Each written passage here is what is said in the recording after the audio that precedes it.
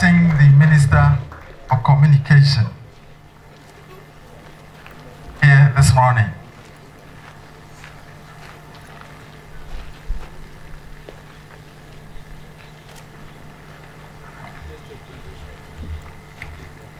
Right.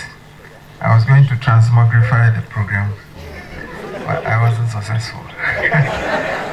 The Deputy Minister of Education, the person of Honourable Okudzeto-Ablakwa, is in our midst.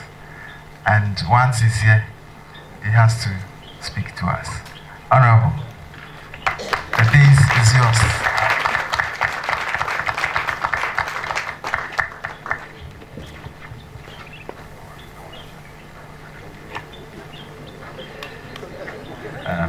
Thank you very much, Mr. Pamford. I very much agree with Pamford, because this is the only country that if you cannot do something, the local parlance for that thing you cannot do is that Abang Ajiutu. So I very much agree with the weather analogy. Yeah. We have to be blamed for everything. Our dear Vice Chancellor, Professor Otuelis, and you know, I have been discussing with a very dynamic Vice Chancellor what his plans are for the future, seeing that he's now an outgoing Vice Chancellor. And then I heard the MC refer to him as a Sunday school teacher. So I knew that God will now have more assignments for him.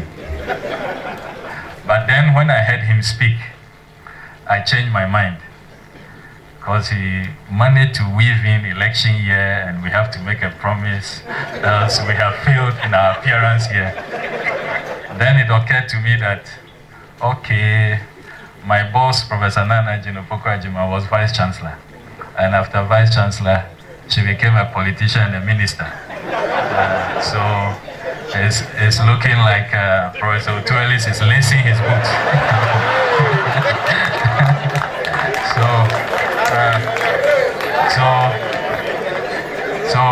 I'll go and tell my minister and the president that it looks like more Vice Chancellors are getting ready. So, distinguished ladies and gentlemen, please permit me to proceed on the established protocol. I want to convey to you very warm regards from my boss, Professor Nana Jinopoko-Ajima. She asked that I extend to you her sincerest regards. She is very much excited about another pace-setting development in West Africa's foremost science and technology university, the Kwame Nkrumah University of Science and Technology. We are all happy to be part of this historic and auspicious occasion. Often, academia has come under attack in this part of the world, that perhaps you have been a bit too theoretical and that society does not see too much of the practical manifestation of the knowledge that you generate. Today, we are gathered here to put that criticism to rest and to show the whole world that perhaps they just do not know and they do not find time to research and explore the developments that are occurring in our higher education institutions. And this launch today of TEK TV should silence the critics, because today we are seeing that very significant components of higher education in terms of the theory, in terms of the practice, And to break it down further, technology, engineering, and the arts are coming together to create for us what we are here to celebrate, TEK TV. I am excited about this development because it affords us a very refreshing future, a very refreshing potential that if we harness, we certainly can change the television landscape. The television landscape in Ghana today is dominated by foreign content. You come to Ghana and you switch on our television stations, and if you are not careful, you will be asking exactly which country are you. It's dominated by the soap operas from our beloved Mexican nations. We have a situation where even the content for our children, the animations that they watch, there is nothing Ghanaian about it. There's hardly anything even African about it. So when you tune to the kids channels, you see the Flintstones from America, you see Harry Potter from Great Britain, and then these days there's a Rasta Mouse from Jamaica, and they are speaking some patois. Already we are trying hard to let our children appreciate the English language at that tender age, because they have to combine that with the local language. And then we now have to expose them to patois and all kinds of other accents which they do not understand. So our children are growing up very, very confused, and they are not too sure exactly what society they are. And we have no idea, if we are to quantify what that does to their confidence, what it does to their emotional upbringing, what it does to their understanding their community, what it does to patriotism, nationalism, how to identify their society and the context within which they live. And no wonder often when you listen to Kit and Kin, it's as though everything Ghanaian, everything African is bad, and everything from outside, everything foreign is good, because that is all that they are exposed to. But today we have the opportunity to see the birth of TEK TV that has a strong program department, as we have been informed, and that program department is going to specialize on content, delivering to us our own content so we can see ourselves, we can have our own identity promoted. And I foresee in the very near future that content from this Department of Communication Design will be beamed across the whole world. The national channels will be looking for, because there's really that need. These international channels these days want to show that they are multiculturally diverse and that they have content from all parts of the world. That is why you see CNN focusing on Africa. They have Africa programs. You have BBC having, you know, Africa programs and all of that. But when it comes to animation, when it comes to other content which we can show, we don't have them. And often you notice that they will have to come and even do their own production. But if we have it here and we have our own production, you can begin to even imagine how much IGF we can generate from the content that we develop here. So my appeal to the pioneers and the foundation management and staff of TEK TV is that please dare to be different. Don't adapt the easy way of just buying content or collecting content and rebroadcasting. But let's create our own content, let's generate our own content, and let's be of a difference. I'm also particularly excited about the education broadcasting angle, which you are emphasizing. That really is a game changer. It's really a game changer. Education has evolved from just a traditional way of imparting knowledge, just textbook and just, chalk and a blackboard and all of that. And it has now become a very, very modern digital way of transmitting knowledge, and the teaching and learning environment has changed. We now use a lot of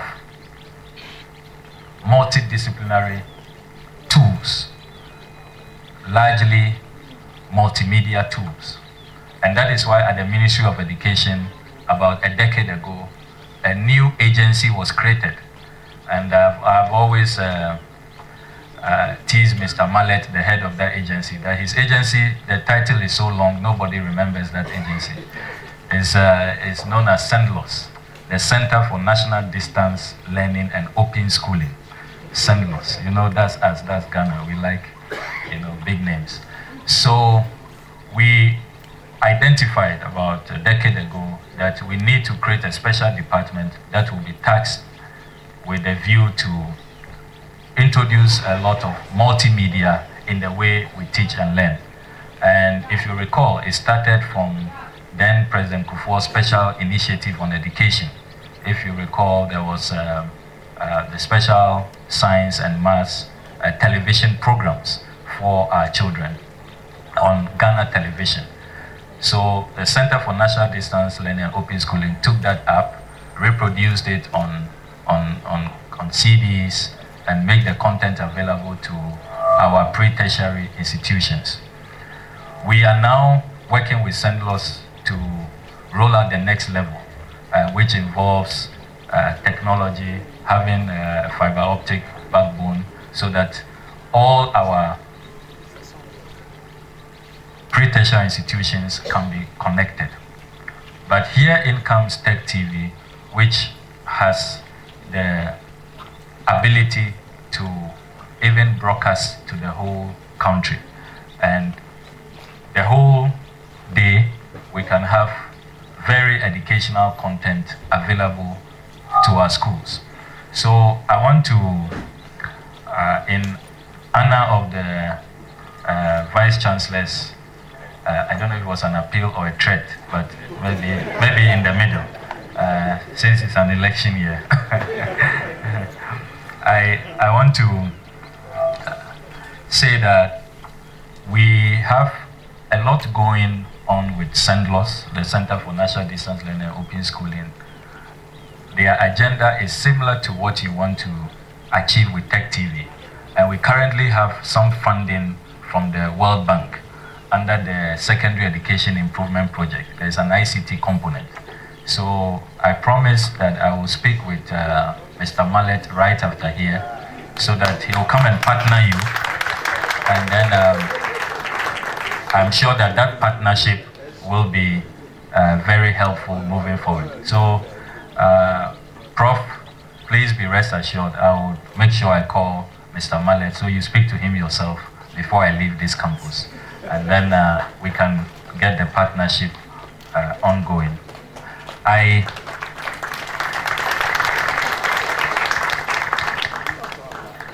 also want to touch on two issues briefly, because I know that if I do not speak to those two things, there will still be a lot of questions for me to answer. And the first one has to do with what was becoming an annual ritual. And I want to announce today that there will be no repetition of that annual ritual. As early as the 2nd of June this year, the Finance Minister signed all the warrants for the payment to senior members of the book and research allowance. So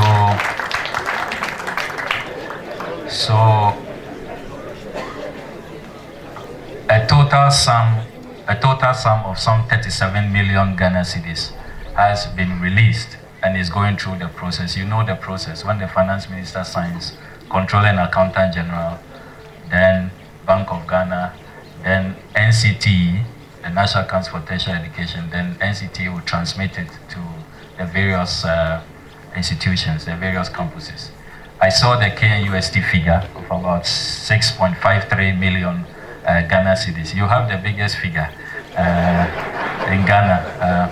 And I support that because here we have the science and technology professors and doctors, and they are the people we want to really promote and prioritize. We are prioritizing science and math, so that's the way to go. So this 37 million Ghana cedis has been released, and I have evidence of that. I brought that so that I'm very serious.